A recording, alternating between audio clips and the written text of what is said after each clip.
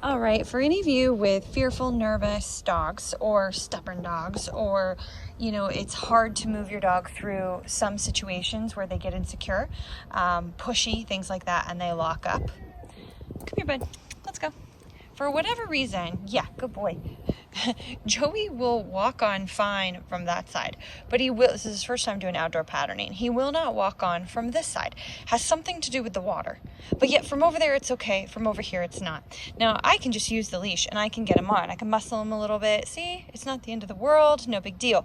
But usually I only want to do that once or twice. And then they start to do it on their own because they realize they didn't die from the tiny little water thing. He is pretty stuck in his own way of doing things. He's like, but I don't want to go on there. So I'm going to use Ecollar. I'm going to show you when we're playing with levels, how you can use Ecollar to help unlock a dog. And then I'll explain why that builds confidence rather than just leash work. Okay. I'm going to really attempt to go slow, show you guys how to do this. Okay. So he knows this backwards and forwards. He's picked it up super fast, but this is his first time outside and with the scary water spot. Place.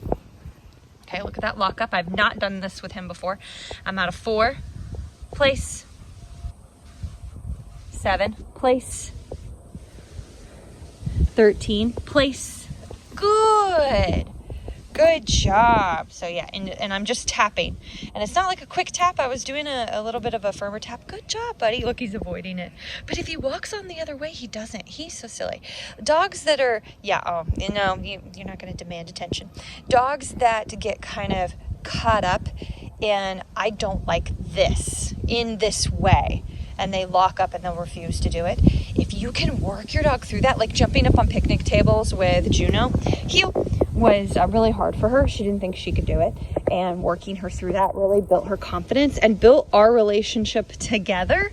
It actually wasn't me that helped her overcome that, but it helped build our relationship together for me to help her overcome something. This is actually the same thing. This helps me with his human aggression. Isn't that crazy? That moment right there helps me with his human aggression. Place. Go, see, look, half straight on. Sit. Good boy. He still is like, I don't want to lay on it. Yeah. Okay. So let's do that one more time. I'm going to go back down to my 4. See if he listens to my 4 this time. If he doesn't, I won't do an in-between level like a 5, 6. I'll probably jump right to like a 10. Heel. Good boy.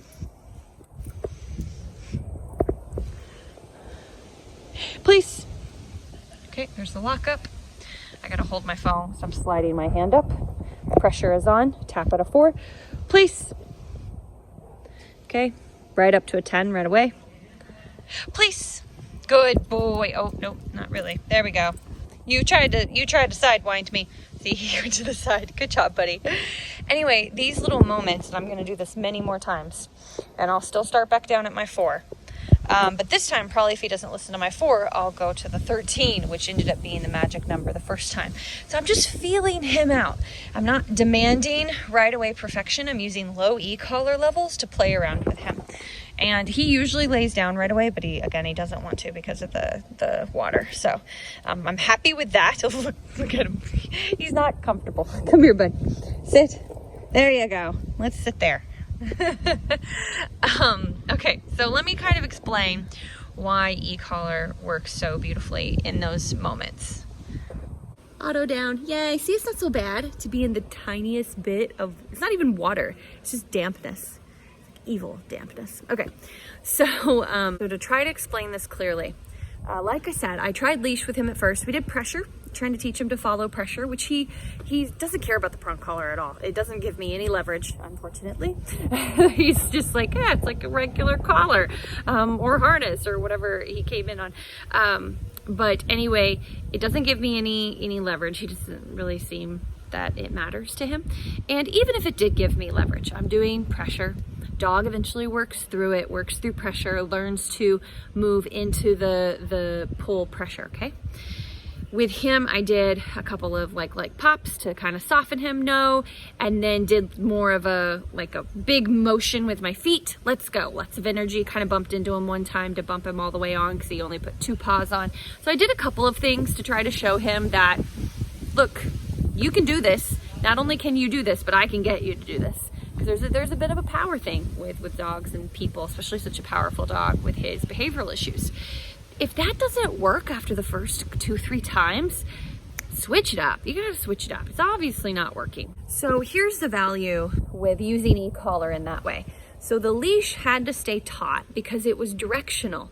It was giving the physical guidance.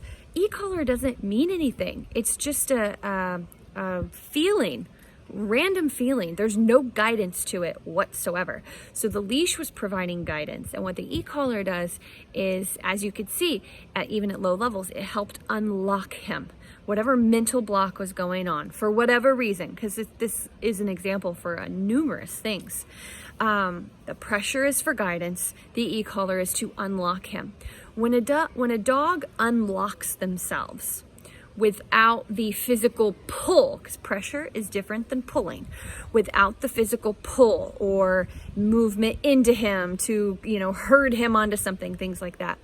If it's a fear issue, stubborn issue, anxiety, whatever it might be that's blocking your dog from doing something, it makes them accomplish it on their own to some degree, because they're just feeling tension. There's no actual pulling.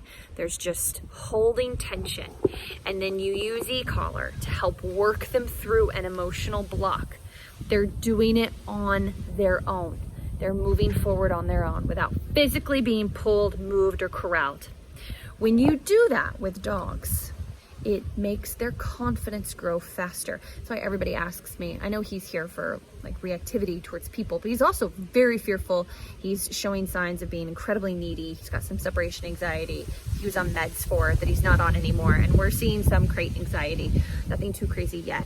But anyway, my point is just that when I use Ecollar on fearful dogs or anxious dogs, they're doing the work. They're doing the work. So that's why they build confidence so much faster than if you were to do a 3-month board and train with trainers that don't use training tools.